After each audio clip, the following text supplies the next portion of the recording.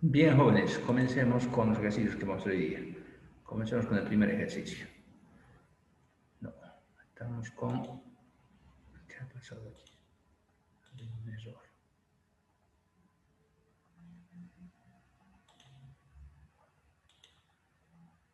Ya.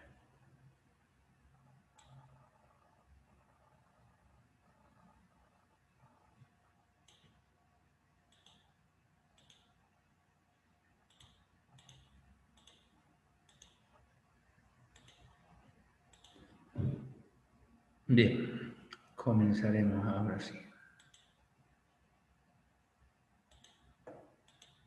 Bien, vamos con el primer problema, jóvenes. Dice lo siguiente. Una corriente de 5 amperios atraviesa un cable durante 4 minutos. ¿Cuál es la carga y el número de electrones que atraviesan la sección transversal del cable? Bueno, para lo cual necesita, nos pide fíjense, la corriente es de 5 amperios, nos está pidiendo la carga, ¿no? Y el número de electrones que atraviesa esta sección. Para lo cual, bueno, tenemos dos datos. La corriente de 5 amperios y el tiempo 4 minutos. Tenemos la sección, por lo tanto, ¿cómo calculamos primero el número de electrones? O, en este caso, o la carga, ¿no? Total. En este caso, recuerden, sabemos de dato que un electrón tiene una carga de 1,602 por 10 elevado a la menos 19 coulombs, ¿no? Bien. Primero, cálculo a carga. Ustedes saben que la corriente es carga sobre tiempo, ¿no? Por lo tanto, la carga será corriente por tiempo. En este caso tengo corriente y tiempo. En este caso la corriente vale 5 amperios y el tiempo 4 minutos, que equivalen a 240 segundos. Por lo tanto, tengo una carga de 1200 coulombs. Bien. Para el cálculo del número de electrones, bueno, vamos por el principio de cuantización de la carga, ¿no? Como la carga está cuantizada, eso no significa que el número de electrones es igual a ¿qué? A la carga total dividida entre la carga de un electrón. Dividimos los 1200 coulombs dividido entre la carga de un electrón, un 602 por 10 a la menos 19. ¿No?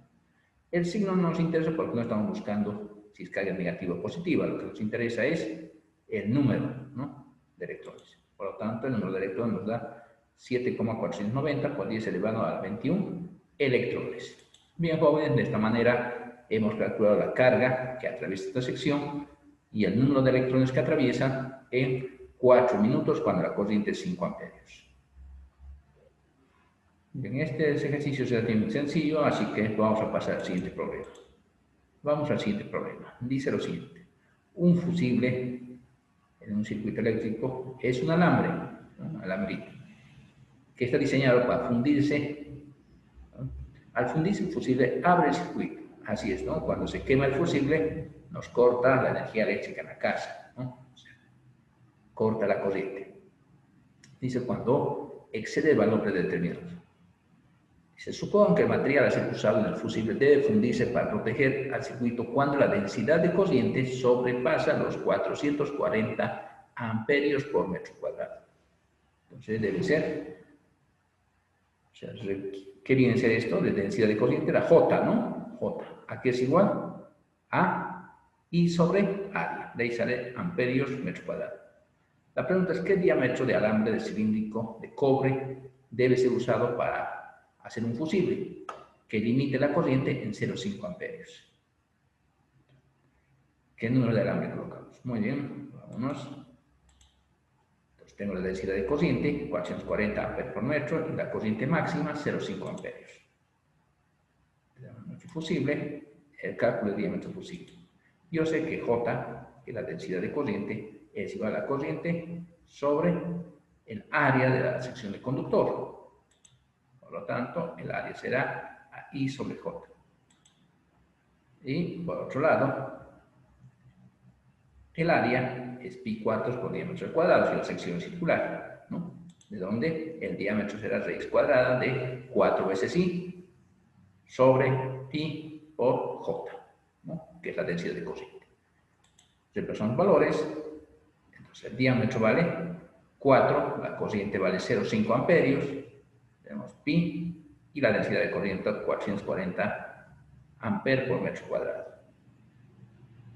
Bien, nos sale el diámetro ¿en qué? En metros. Le sale 0,038, verifiquen este valor. Vamos a ver.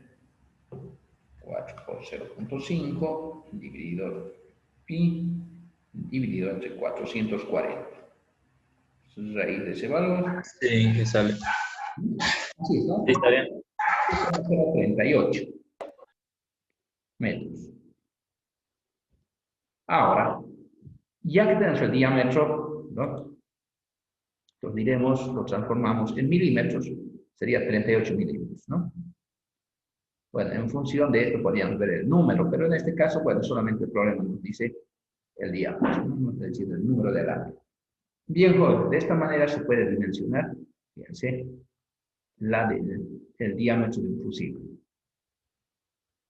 Vamos a ver, vamos a otro problema. Creo que no hay ninguna duda. ¿Alguien tiene alguna duda?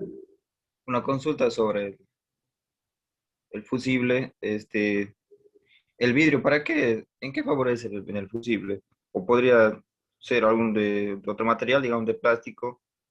Este vidrio de aquí Sí, es de protección. Recuerde que generalmente las corrientes que atraviesan, ¿no? Bueno, hay dos condiciones. El tema pasa por lo siguiente. Les había hablado, ¿no? No, bueno, ustedes no llevan laboratorio, los que llevan laboratorio conmigo, hemos tenido problemas con el generador, ¿no? Le digo, estoy en el laboratorio por video. Entonces pasa que hay días que el generador de Van de Graaff en el laboratorio carga muy bien. Y hay días que no carga nada, o sea, rápidamente se descarga. ¿A qué se debe? Al medio. ¿Qué tiene que ver el medio? Recuerden, la permitividad, la constante de Coulomb, ¿no? En el vacío vale 9 por 10 a la 9. Sin embargo, en el aire seco también vale 9 por 10 a la 9, ¿no? Muy cercano a vacío. Pero en un aire húmedo ya no. Hay que dividir entre 50, entre 90, depende de la concentración de la humedad, ¿no? El porcentaje de humedad. Entonces, esto nos pasa cada vez que pasamos clases laboratorio, cuando entran muchos alumnos respiran, todo el mundo respira gotas de agua, aire, entonces la humedad del ambiente, del curso, sube. Eso hace que el generador, ¿no? Rápidamente se descargue. Entonces, el vidrio a veces hace de que este sea un ambiente cerrado y aislado. Eh, hay, si quieren, resistencias fabricadas al vacío. Si el vidrio, todo está dentro del vacío. Entonces, es ideal, ¿no? En cambio, si colocamos un medio aquí, ¿no? Va a ser de rápidamente que podría generar un cortocircuito, ¿no? Entonces, y el otro es también de protección. ¿Por qué? Porque se supone que, ¿no? Por este elemento podría pasar grandes cantidades de corriente. Recuerden que hasta un amperio, ¿no? Nosotros, un amperio de corriente nos podría matar, ¿no? Entonces, no es de tocar nomás un cable que esté pelado, ¿no? Así que uno sería de protección, ¿sí? Lo otro sería para rigidizar también, ¿no? Porque usted agarra, no va a agarrar un alambrito, directamente agarra este sección para rigidizar. Y tercero, para mantener constante el medio y adentro. Bien, no sé si tiene alguna otra consulta.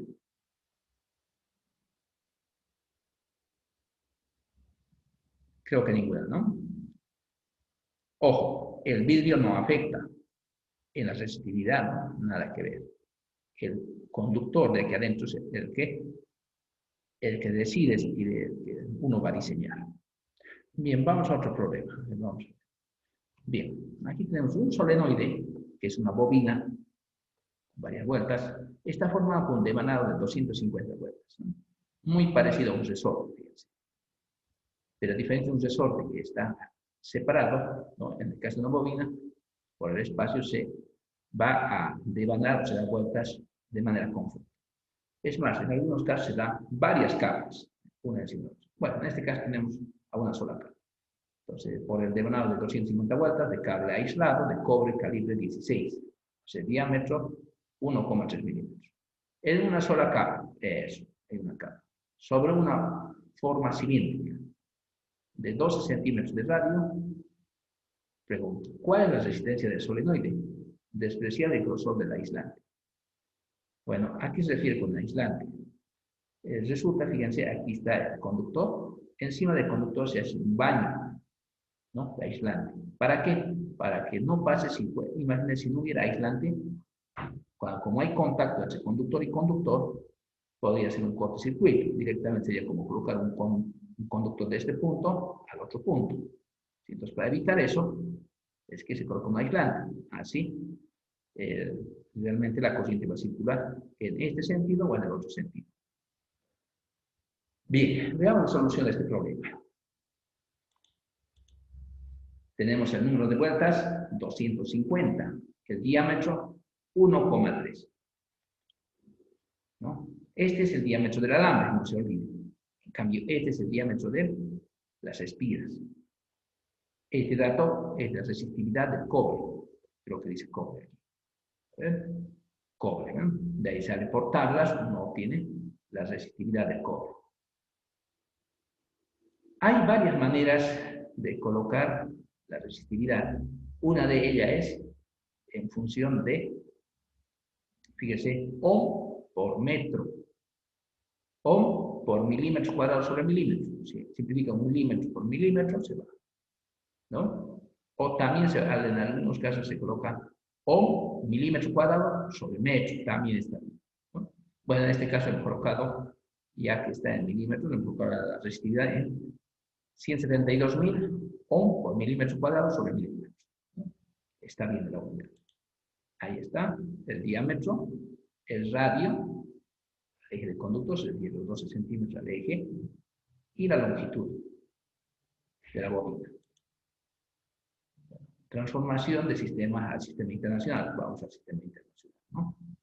El diámetro vale 1,3 milímetros, lo dividimos entre 1000 y tenemos 0,0013 metros. El radio, 12 centímetros entre 100, 0,12 metros. La resistividad, bueno, en este caso vamos milímetros por milímetros, se simplifica, y un milímetro tiene 1000 milímetros en un metro, por lo tanto, dividimos eso y nos sale que es 1,72 por 10 elevado a la menos 8 ohm por metro. Bien. Bien, jóvenes, hasta aquí acaban de transformar las unidades, por lo tanto, ahora vamos a calcular la longitud total de cambio enrollado. Como sabemos, la longitud de una espira, que es el perímetro, podríamos multiplicar n veces, ¿no? 250 vueltas por el perímetro de circunferencia. L, la longitud del cable, será P, que es el perímetro de una espira, por N, que es el número de espiras, que son 250 vueltas. Una vuelta es 2pi por R, por N. Reemplazando valores, bueno, tenemos 2pi por R por N. Por otro lado, podríamos calcular la longitud directamente, pero lo vamos a reemplazar directamente, ¿no? La resistencia es igual a la resistividad por la longitud del conductor sobre el área, ¿no? En este caso, tenemos que la resistencia es la resistividad, la longitud es 2pi por el radio, por el número de espiras, dividido entre el área, que vale pi cuartos, por el diámetro cuadrado. Bien, reemplazamos valor, bueno, simplificamos pi con pi aquí, ¿no? ¿Qué más? Multiplicamos 4 con 2, nos sale 8. Arriba queda R, N sobre D al cuadrado. Bueno, no es necesario hacer esta operación. Usted puede reemplazar aquí directamente, reemplazar aquí, ¿no? Bueno, en mi caso, es reemplazar por simplificar. Entonces, la resistencia quedaría, la resistividad, que vale 1,72 por 10 a la menos 8, que aquí, la resistividad de cobre, por 8, por el radio de la espira, que es 0,12 metros, por el número de espiras, 250 vueltas, dividido entre el diámetro que vale del conductor, que vale 0,0013 metros al cuadrado. Y me da una resistencia de 2,443 ohmios. Bien, jóvenes, este ya es un ejercicio un poquito más complicado, ¿no? Pero fíjense, seguimos con el mismo principio. Este valor de resistencia ya podríamos cargarlo a un circuito, ¿no? Es más, vamos a cargarlo cuando llevemos circuitos con bobinas en el tema del magnetismo, en el capítulo número 10, ¿no? Vamos a calcular de esta manera. Les voy a dar el tipo de alambre de la bobina, ¿no? El número de espiras, y ustedes podrán calcular la resistencia, es más, podrán determinar, ¿no?, la inductancia de la bobina. Bueno, pero es otro tema. Bien, alguna pregunta en este problema, que ya tiene un grado de complicación un poco mayor, pero no mucho, ¿no? Es relativamente sencillo, es solamente aplicar la fórmula, hay que ver qué ecuaciones, qué variables tenemos, ¿no? Para reemplazar. Lo que se hay que tener cuidado es siempre trabajar en el sistema internacional. Bien, ¿alguien tiene alguna consulta?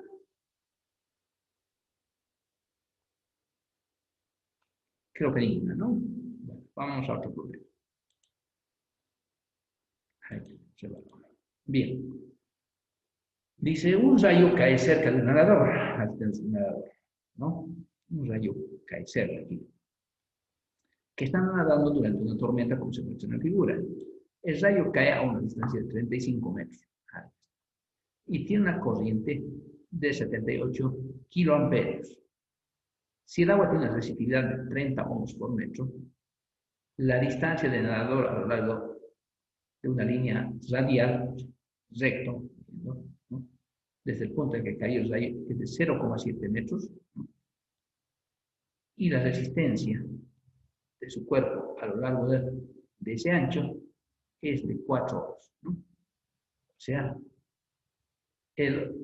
si medimos el delta R, dice que esto vale 0,7 metros. No estaría con la cabeza afuera, y está un poquito echado, ¿no? Para ser 0,7 metros. Y a lo largo de eso, si la corriente pasaría a lo largo de él, ¿no?, dice que pasaría, su resistencia es de 4 kilómetros. Asuma que la corriente se extiende a través del agua sobre un hemisferio centrado, que es el punto de caída. O sea, a partir de aquí va a repartirse en forma radial, ¿no? ¿Cuál es la corriente que circula por el cuerpo del nadador? Porque fíjense, va a llegar el rayo y se va a distribuir en forma radial, como campo eléctrico, ¿no? Pues el campo eléctrico. Y uno de esas líneas de campo va a atravesar este cuerpo. A diferencia, ¿no?, de los diferentes sectores, donde va a ser uniforme, debido a que aquí hay otro medio, este medio va a intentar polarizarse, ¿no?, pero va a ofrecer una resistencia de 4 kiloohmios. Cuando el diferencial potencial sea muy grande, ¿qué va a suceder? Va a pasar corriente a través de él, ¿no? Bien, vamos a la solución del problema. Tenemos la distancia, la corriente, 78 kiloohms, que vale 78.000 amperios, la resistividad de 30 ohms por el hombre, delta R es la distancia que tiene el hombre sobre el radio sobre el cual va a pasar el rayo, y tenemos a la resistencia, el hombre 4 kiloohms, que es 4.000 ohms. Vamos a ver, ahí está. Si graficamos sería de esta manera: el punto que caído el hombre, ¿no?, la distancia a la cual está el hombre del rayo, el cuerpo del hombre, que tiene una distancia delta R, ¿sabe?, y también tendrá un delta V, un diferencial de potencial, ¿no?, porque uno está más cerca de la carga donde ha caído y el otro está más alejado, pues hay un diferencial de potencial, ¿sí? Por lo tanto, habrá un potencial inicial y un potencial final, ¿no?, delta V. Bien. Cuando el rayo impacte, va a generar un potencial inicial en este punto y habrá un potencial final en el extremo. Bien, por primero sabemos que la densidad de corriente es igual a la corriente sobre el área. La corriente aquí, donde la densidad de corriente es igual a la corriente sobre 2pi por diámetro cuadrado. ¿A qué se refiere este área? A este área de aquí, a toda esta área. Ahora, una vez que tengo la densidad corriente, ustedes saben que la resistividad es igual al campo sobre la densidad de corriente. Definición. Por lo tanto, el campo eléctrico que atraviesa el sector será igual a la densidad de corriente, a la resistividad por la densidad de corriente. Y eso es uniforme en todos los puntos alrededor del punto donde cae el rayo. También sabemos, reemplazando, que el campo es igual a la resistividad por 1 sobre la densidad corriente vale 2pi por el diámetro, por el área, ¿no? El área equivalente a cualquier distancia d. Entonces ya tenemos la ecuación que tenemos que calcular el campo. Entonces, de aquí obtenemos que el campo será igual a la resistividad por la corriente d que cayó del rayo, dividido y será distribuido sobre esta área, 2pi por el diámetro cuadrado. Por otro lado, el diferencial de potencial sobre este cuerpo es igual al campo que lo atraviesa por un diferencial de x. ¿Recuerdan la relación? El potencial es campo por diferencial de x. ¿No? Por lo tanto, aquí podríamos integrarlo, ¿no? Y podríamos obtener la variación de diferencial de potencial será entre la integral de un potencial final inicial a un potencial final. En cambio, la distancia varía desde una distancia d hasta una distancia d más delta b. Estamos haciendo de aquí hasta este punto, ¿no? Del campo por diferencial d. ¿De dónde? En este caso, el campo, se presenta el valor del campo, que es igual a la resistividad por la corriente por 2pi por el diámetro cuadrado, por diferencial del diámetro. Bueno, sacamos todas las constantes afuera, integramos, y aquí obtenemos que la integral de potencial es igual a potencial entre los límites de potencial inicial a potencial final. Y aquí tendríamos, ¿no? Los datos, el potencial final menos el límite superior menos el límite inferior, ¿no? Potencial final menos potencial inicial, que es delta B. Por otro lado, sacamos constante la resistividad, porque se trata de todo el medio es agua, por lo tanto también es resistividad, ¿no? Por la corriente que cae de la constante dividida entre 2pi. Y adentro me queda el diámetro, bueno, sustituimos al numerador, diámetro a la menos 2, por la derivada o el diferencial del diámetro.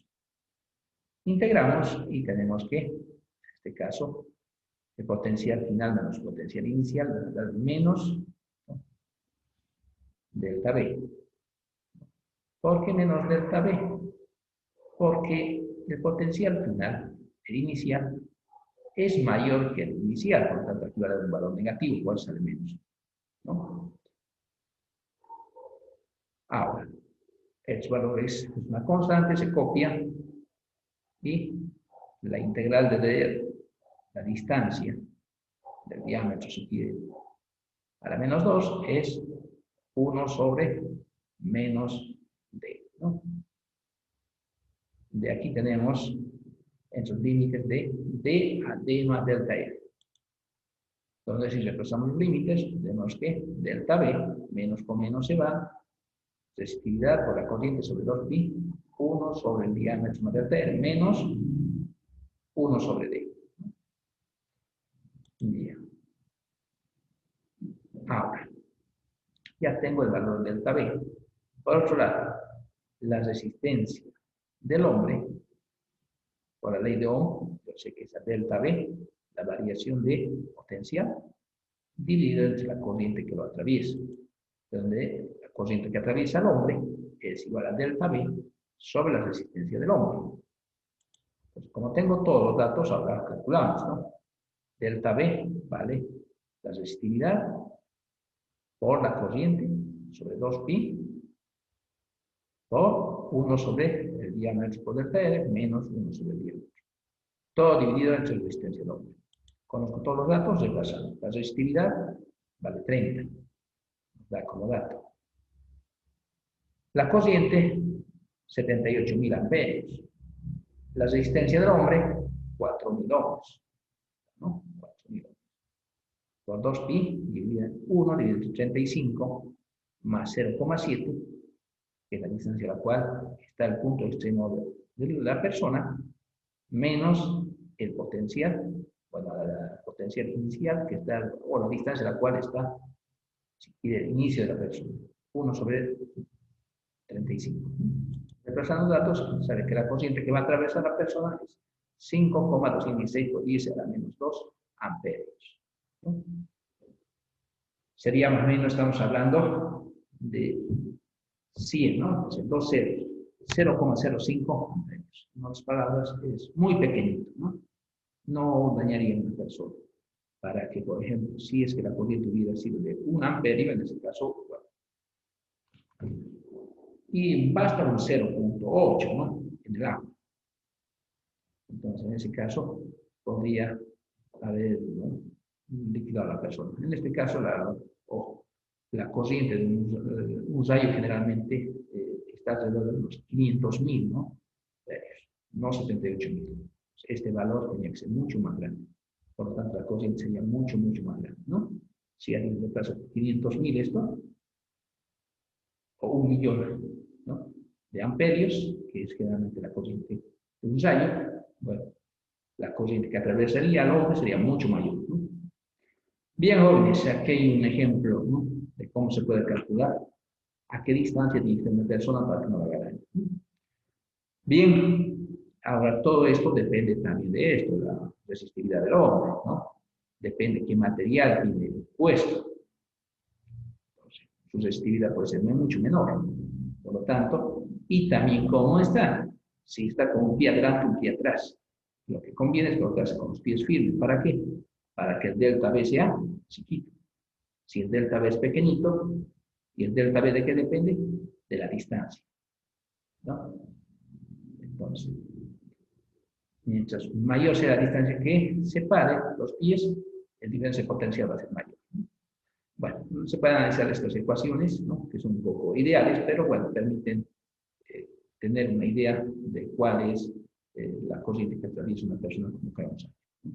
Ojo, este valor es pequeño, ¿no?, debido a que hay dos conceptos que hemos asumido. Corriente muy pequeña de un rayo y la resistencia muy alta de un rayo.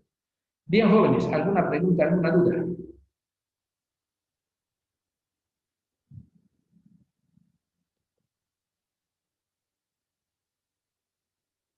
¿Ninguna?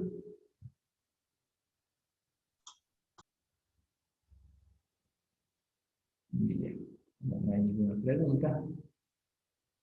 Fíjense, amperios, miliamperios es 52,16 miliamperios, ¿no? Es bajita. Bien.